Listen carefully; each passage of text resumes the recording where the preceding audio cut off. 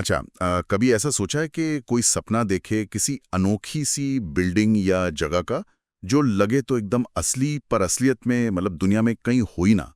आज हम इसी दिलचस्प ख्याल की थोड़ी गहराई में उतर रहे हैं।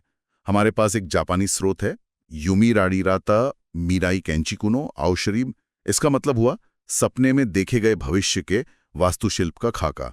और इसमें एक बड़ा ही अनोखा सिद्धांत दिया गया है, वनेरिक ब्लूप्रिंट परावर्तन सिद्धांत। तो चलिए पता लगाते हैं कि ये है क्या चीज आखिर। आसान भाषा में कहें तो ये सिद्धांत बताता है कि कभी कभी सपनों में जो दिखती हैं ना जगहें या इमारतें, वो असल में भविष्य में बनने वाली चीजों की एक तरह की झलक हो सकती हैं।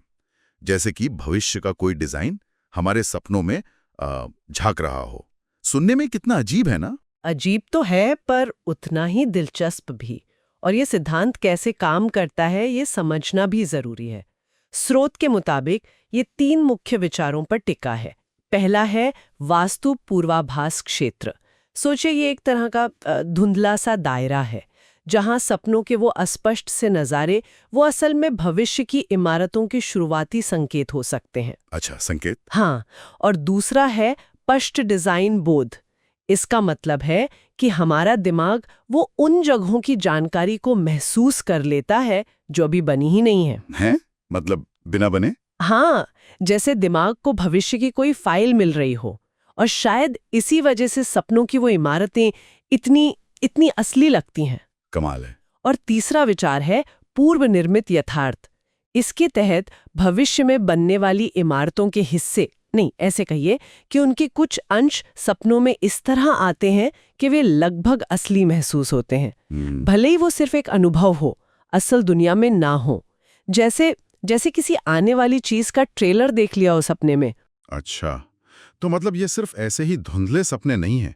स्रोत कहता है कि इसके कुछ पहचानने वाले लक्षण भी होते हैं। हाँ बिल्कुल, लक्षण है। जैसे कि नींद खुलने पर एक जोरदार एहसास होना कि अरे ये बिल्डिंग तो सच में होनी चाहिए थी। हाँ, होता है कभी कभी ऐसा। या फिर किसी ऐसी गली या कमरे की एकदम साफ, बिल्कुल नक्शे जैसी याद होना जो दुनिया में कहीं है ही नहीं। और यहाँ बात और भी ज्यादा मतलब सोचने पर मजबूर करती है।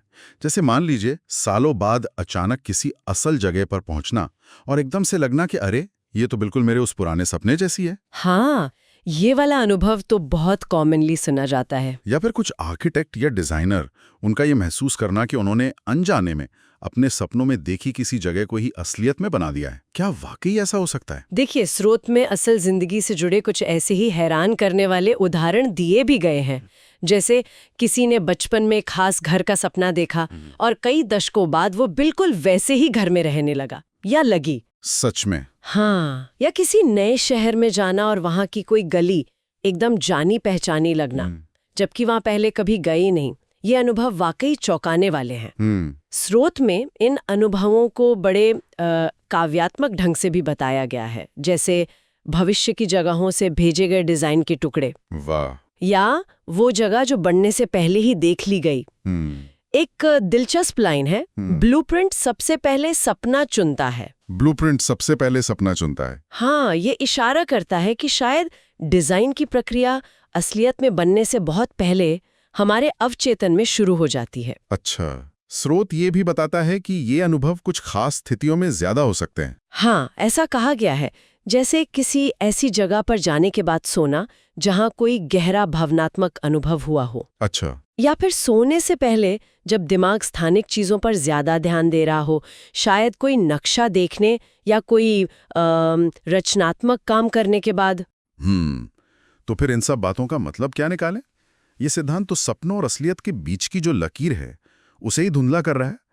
क्या हमारे सपने सिर्फ हमारे मन की उपज है, या फिर वे आने वाले कल की उन इमारतों और जगहों की हल्की सी झलक हैं जिन्हें अभी बनना बाकी है? सही कहा, ये वाकई हमारी समझ को चुनौती देता है।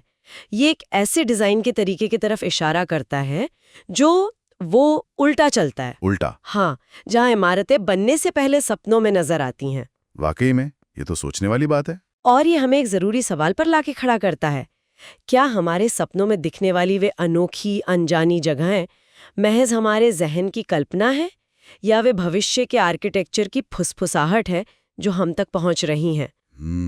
अगली बार जब किसी को सपने में कोई ऐसी अजीब या सुंदर इमारत दिखे जो असलियत में नहीं है, तो शायद यह सोचने लायक बात हो, क्या ये सिर्फ एक सपना है या आने वाले कल की किसी जगह की पहली झलक?